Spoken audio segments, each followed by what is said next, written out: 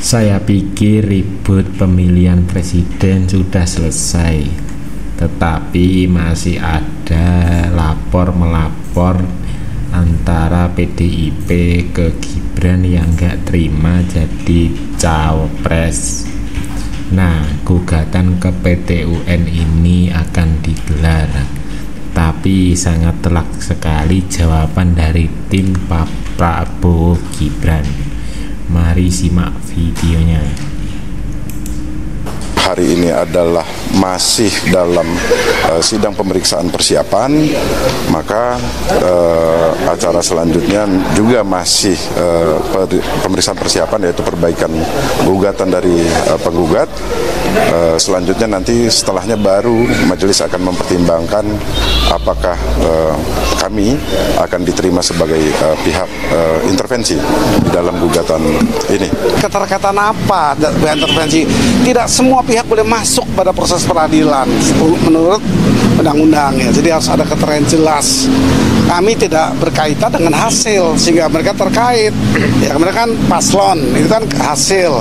Tadi sudah dijelaskan oleh Pak Alfon bahwa ini menguji kami di PTN itu atas perbuatan KPU yang menengah pendaftaran, berbuat atau tidak berbuat. Itu intinya, itu ansih masalah PT UN, administrasi. Sebelumnya, Saudara, PDI Perjuangan telah mengajukan gugatan tentang pelanggaran hukum KPU soal pencalonan Wakil Presiden terpilih Gibran Rakabuming Raka ke Pengadilan Tata Usaha Negara atau PETUN. PT UN pun telah menggelar sidang perdananya pada 2 Mei lalu.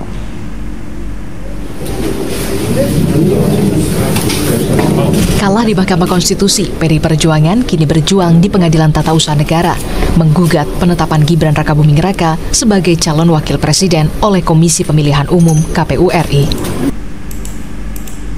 Ketua Tim Hukum Prabowo Gibran, Yusril Iza Mahendra, menanggapi gugatan PDI Perjuangan di Pengadilan Tata Usaha Negara atau PT UN. Menurutnya, kecil kemungkinan terdapat dua keputusan badan peradilan yang saling bertentangan. Untuk itu, Tim Hukum Prabowo Gibran menyatakan siap melawan gugatan tersebut. Tentu kita akan mengatakan bahwa persoalan pencalonan Pak Gibran itu sudah mestinya itu adalah sengketa proses pemilu. Ya, sengketa proses pemilu itu harus diselesaikan oleh Bawaslu dan PT UN sebelum pelaksanaan pemilu itu sendiri. Nah, dan pemilunya sudah lewat, kesempatan itu tidak mereka gunakan. Tapi kemarin mereka ajukan masalah itu di Mahkamah Konstitusi, tapi Mahkamah Konstitusi mengatakan bahwa pencalonan Pak Gibran itu sah, jadi tidak ada masalah dan hasilnya telah dikukuhkan oleh Mahkamah Konstitusi. Jadi kalau ini mau dibawa ke Pengadilan Tata Usaha Negara, kita tidak tahu seperti apa keputusannya nanti ya. Tapi tidak mungkin ada dua keputusan badan peradilan saling bertentangan satu dengan yang lain, apalagi kita tahu bahwa putusan MK itu adalah putusan pertama dan terakhir. Nah, sedangkan putusan PT UN kan masih bisa banding, masih bisa kasasi, jadi masih panjang prosesnya. Jadi kita ikuti saja apa yang digugat oleh PDIP itu, dan kami juga siap untuk memberikan bantahan dan perlawanan yang pada akhirnya kita serahkan kepada majelis hakim untuk memutuskan. Pak Jokowi punya pengalaman strategi dan taktik dalam mengelola kebangsaan ini, mengelola negara sebesar Indonesia ini, gitu loh. Sehingga pengalaman beliau ini kan bisa dibagikan kepada siapapun, termasuk Pak Prabowo dan Mas Gibran. Nah, contohnya berarti sebagai apa tuh? Nah, soal bentuknya sebagai apa itu biarlah Pak Jokowi yang menentukan. Kalau kita kan dukung aja apa yang Pak Jokowi tempuh. Kalau Mas Muni boleh kasih saran atau dimintai usul gitu ya, Pak Jokowi tepatnya sebagai apa nanti? Apakah sebagai ketua umum dari koalisi permanen pendukung Prabowo Gibran, atau ketua umum dari sebuah partai? Ya, pandangannya banyak. Teman-teman yang mencintai Pak Jokowi juga berpikir udahlah Pak Jokowi jadi ketua umum parpol aja gitu loh. Walaupun yang lain akan turun dong kalau jadi ketua umum partai. Ada yang bilang jadi pemimpin koalisi gitu loh. Ada juga yang bilang jadi apa gitu loh. Tapi menurut hemat kami itu kan cara mengapresiasi semua kerja Pak Jokowi selama 10 tahun terakhir ini. Masa rakyat Indonesia ini Pak Jokowi itu aset bangsa loh. Pikirannya masih dibutuhkan untuk bangsa ini. Iya kan? Pak Jokowi aset bangsa dan dicintai rakyat. Rakyat nggak mau rakyat nggak mau Pak Jokowi cepat-cepat pensiun gitu, gitu loh. Rakyat atau projo nih? Ya enggak, coba aja ditanya ke yang lain. Kalau soal rakyat atau projo bisa dicek gitu. Apakah masyarakat banyak yang menghendaki Pak Jokowi untuk tetap terlibat aktif dalam politik nasional kita. Gitu. Kalau ketua umum partai apa, Mas Muni? Ya tunggu aja lah, itu kan terserah Pak Jokowi. Kalau partai politik ya tantangan baru juga, chapter baru juga. Karena Pak Jokowi ini adalah salah satu figur politisi yang mencapai posisi saat ini kan nggak pernah memegang posisi formal partai politik. Di struktural partai Di struktural partai. Jadi kalau langsung jadi ketua umum itu apakah? Ya dia itu tantangan baru gitu loh. Tapi possible ya Mas Muni? Lah semua mungkin dong. Mungkin ya. Lah kan gini loh, kalau lihat dari ininya tipenya Pak Jokowi ini kan dia mau coba sesuatu yang belum pernah kan. Jangan-jangan ya. Kan Bapak belum pernah jadi ketua umum partai Pak gitu. Gitu. Jadi ada kemungkinan Pak Jokowi pengen coba ya? Gini, dia punya pengalaman jadi wali kota hampir 8 tahun, gubernur 2 tahun, jadi presiden 10 tahun. Yang belum pernah kan dia jadi ketua umum partai. Jangan orang underestimate tuh, partai ini beda begini, lebih susah ngurus negara daripada ngurus partai politik. Kalau ngomong, jadi secara kapasitas mau kalau bisa ngomong, banget kalau ngomong jadi ketua umum partai. Kalau bicara tantangan dan kesulitan, ya sulitan ngurus Indonesia loh. Indonesia beragam, ya kan? Jadi ketua umum mah mudah lah ya. Bukan saya mau bilang bukan lebih mudah, tapi ketua umum partai paling tidak kalau diukur dengan pengalaman presiden ini jauh lah. Ngurus presiden kan ngurus partai. Partai apa Mas Muni yang paling possible? Golkar atau PD Perjuangan? Nasdem juga cocok. Wih. Apalagi yang cocok Mas Muni? PAN juga cocok.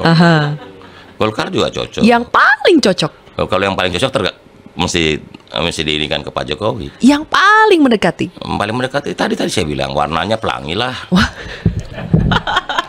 Soalnya kan yang kita dengar-dengar paling sering disebut tuh Golkar. Mas Muni, tiketnya tuh paling possible di Golkar. Siapa yang bilang? Bener gak sih Mas? Nasdem juga cocok kan. Gitu ya, Nasdem kan sudah ada Pak Surya Paloh. Kalau Pak Surya Paloh mau Pak Jokowi jadi pimpin Nasdem, kenapa? Pembicaraannya sejauh ini? Ya saya nggak tahu, tapi yang pasti kan ini kan Sylvia nanya Pak Jokowi cocok pada Nasdem cocok, PAN cocok, Gerindra cocok, tapi kan Gerindra udah Pak Prabowo, ya kan? Iya. Golkar cocok, semua partai cocok. Sudah ada belum yang mendekati Pak Jokowi? Ya banyak. Setahu Mas Muni? Ya semua partai yang juga paling intens. Enggak semuanya sama. Begitu loh. Makanya Bapak cocok di mana? Begitu loh. Tergantung Pak Jokowi lah yang memilih. Ini Pak Jokowi udah punya keistimewaan untuk memilih. Gitu loh. Kalau Projo akan lebih mendorong kemana? Projo yang pasti kita ingin partai yang terbuka, partai yang memikirkan nasib rakyat, dan partai yang nasionalis tentu saja. Karena prinsip-prinsip Projo kan nasionalis kerakyatan. Ya partai itulah, tinggal dipilih aja.